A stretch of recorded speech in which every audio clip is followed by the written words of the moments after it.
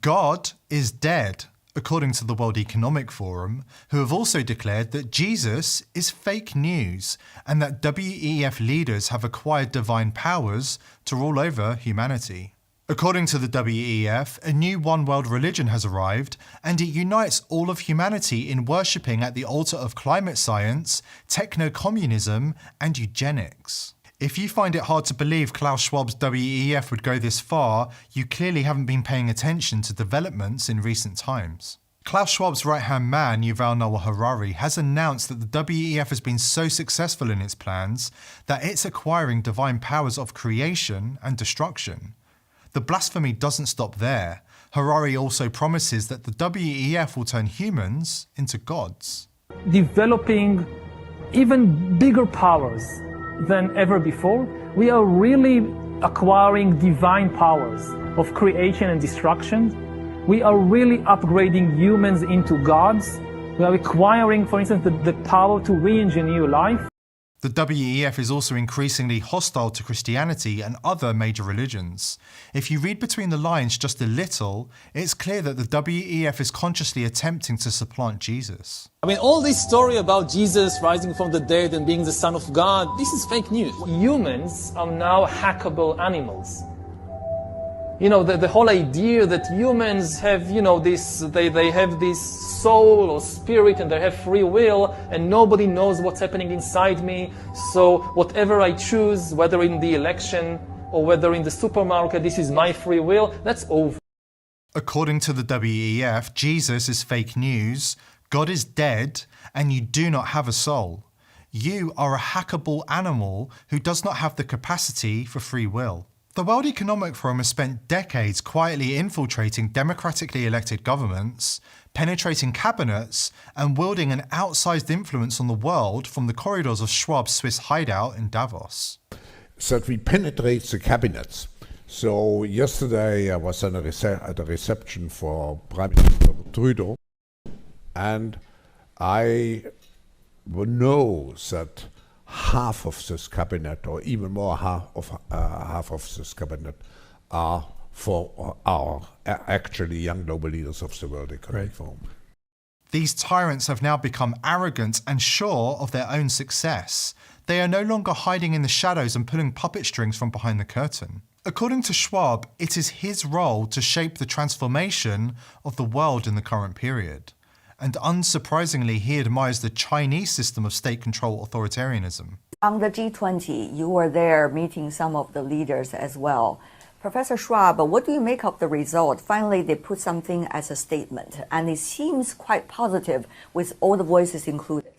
I think it's positive. It's already positive through the fact that everybody agreed about the statement, which we haven't had the last years.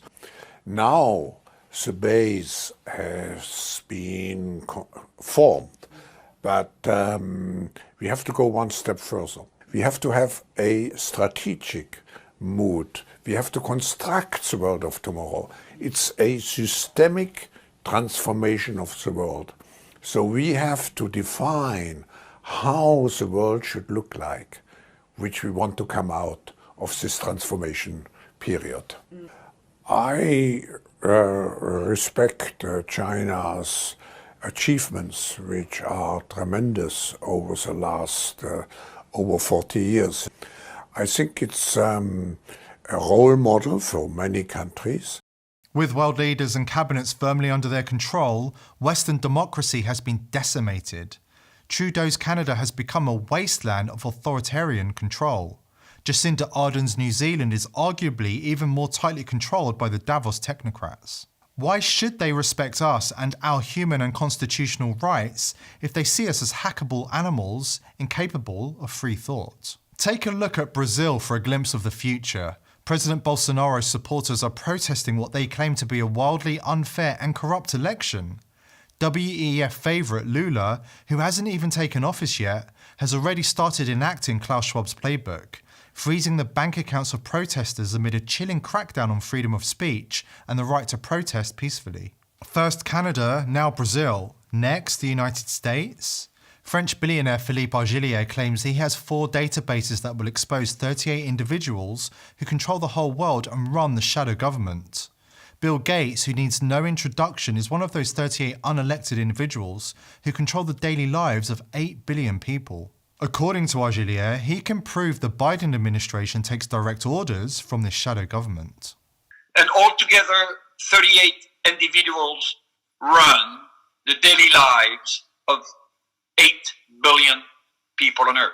Maria, the shadow government is the entity that is behind most, if not all, elected government that tell them what to do and what not to do based upon geopolitical agreements, most of them anchored in military abroad interventions. That's what the shadow government is. And I can tell you today that the Biden administration is under the control of the shadow government. I can confirm this without any hesitation based upon the information that I have. If you want a sneak peek of the future under this shadow government, it's worth paying attention to Bill Gates' latest announcement. Gates has a history of playing God. Robert F. Kennedy warned us about this trait in Gates' psychology years ago. According to Kennedy Jr., the World Health Organization is conducting global social and medical experimentation in accordance with the vision of their mega donor, Bill Gates, and his religious faith that he can use technology, vaccines and GMO agriculture to make him the savior of all humanity. Gates' strategy of buying World Health Organization and purchasing control of US health officials like Tony Fauci and Deborah Birx means the Microsoft co-founder can now dictate global health policies affecting 7 billion people and to control the most intimate details of our lives, said Kennedy Jr. on his Instagram page. Just last week, Gates, in his role as false savior, was caught telling world leaders that it's time for death panels to decide who has the right to live and die.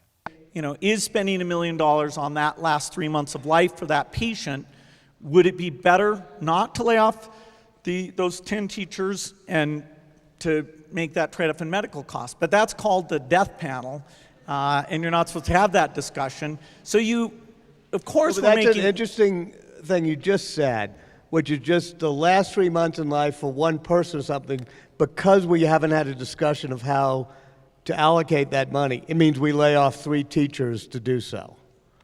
I mean, in other words, we haven't had this type of allocation. We're making that trade-off because of huge medical costs that are not examined to see which ones actually have no benefit whatsoever. And because of pension generosity, we will be laying off over 100,000 teachers, which, I'm very much against that.